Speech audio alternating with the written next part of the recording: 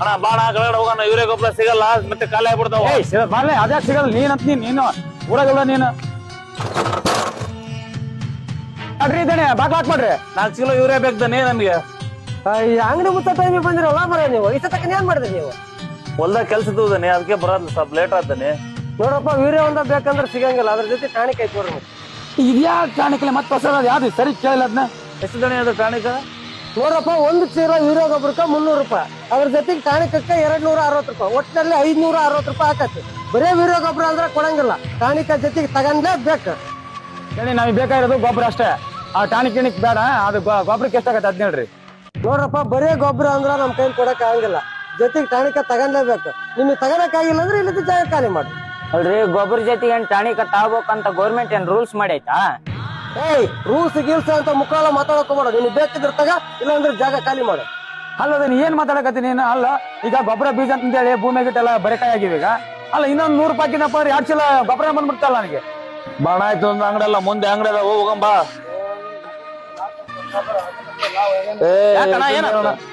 ನೋಡಪ್ಪಣಿ ರೊಕ್ಕ ಅಂತ ನಾವ್ ಸಹಾಯಕತ್ತೀವಿ, ಆ ಗೊಬ್ಬರ ತಾನಕ್ ನಾವ್ ಬಂದಪ್ಪ ಅಂದ್ರ ಗೊಬ್ಬರ ಜೊತೆಗೆ ಟಾಣಿಕ ಅಂತ ಹೇಳಕತ್ತೇನ. ಟಾಣಿಕ ಅಂದ ಮುಖ ಯಾಕನಕನಪ್ಪ?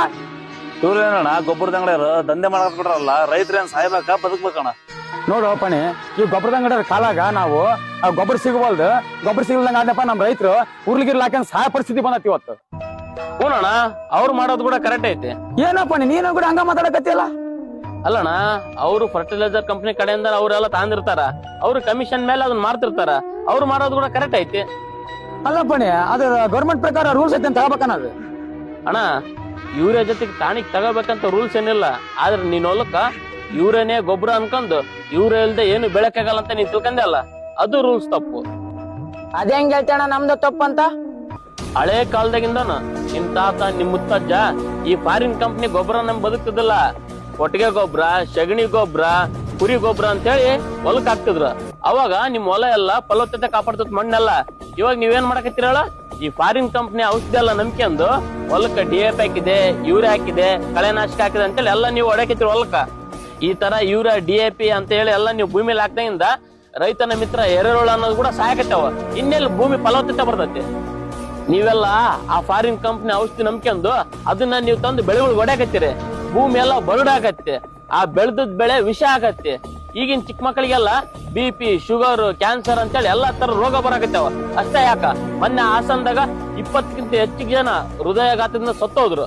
ಈ ತರದ ಪರಿಸ್ಥಿತಿ ಇಲ್ಲಿಗೆ ನಿಲ್ಬೇಕಂದ್ರ ರೈತರು ಯಾರೆಲ್ಲ ಇದಿರಲ್ಲ ಅವರೆಲ್ಲ ಸಾವಯವ ಕೃಷಿ ಮಾಡ್ರಿ, ದನ ಕರುಗಳನ್ನ ಕಟ್ರಿ, ಕೊಟ್ಟಿಗೆ ಗೊಬ್ಬರ ರೆಡಿ ಮಾಡ್ರಿ. ಆ ಗೊಬ್ಬರ ತಗೊಂಡಾಗ ನಿಮ್ ಹೊಲಗಳು ಹಾಕ್ರಿ. ಅವಾಗ ಈ ತರ ಗೊಬ್ಬರದ ಅಂಗಡಿ ಮುಂದೆ ರೈತರುಗಳು ಕ್ಯೂ ನಿಲ್ಲ ತಪ್ತತಿ. ನಿಮಗೆಲ್ಲ ನಾನು ಇನ್ನೊಂದ್ ಮಾತು ಹೇಳಕ್ ಇಷ್ಟಪಡ್ತೀನಿ.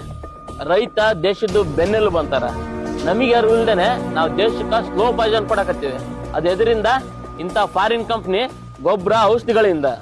ಅಣ್ಣ, ನಾನು ಇಷ್ಟೊತ್ತೆಲ್ಲ ಹೇಳಿದ್ನಲ್ಲ, ಅದು ನಿಮಗೆ ಕೈ ಅನಿಸ್ಬೋದು, ಆದ್ರೆ ಇದೇ ಸತ್ಯ. ಇಷ್ಟ ಆದ್ರೆ ಬದಲಾಗ್ರಿ. ಲೇ ಪ್ರಭು, ಹಣ್ಣು ಹೇಳಿದ್ರಾಗೂ ಸತ್ಯ ಐತಲಿ. ಅಲ್ಲಿ ನಮ್ ರೈತರು ಬಾಳೆ ಹೆಂಗಾಗೈತಪ್ಪ ಅಂದ್ರ ಕೊಂಕಣದಾಗ ಮಗನ್ ಇಟ್ಕೊಂಡು ಊಟ ತುಂಬಾ ಸುತ್ತರ್ದಂಗ ಆತ್ ನಮ್ ಬಾಳೆ. ಹೌದಣ್ಣ, ಕರೆಕ್ಟ್ ಅಣ್ಣ. ಈ ವಿಡಿಯೋ ನಿಮ್ಗೆ ಇಷ್ಟ ಆದ್ರೆ ನಮ್ ಯೂಟ್ಯೂಬ್ ಚಾನಲ್ ನ ಸಬ್ಸ್ಕ್ರೈಬ್ ಮಾಡ್ರಿ, ಲೈಕ್ ಮಾಡಿ, ಶೇರ್ ಮಾಡಿ. ಜೈ ಜವಾನ್, ಜೈ ಕಿಸಾನ್.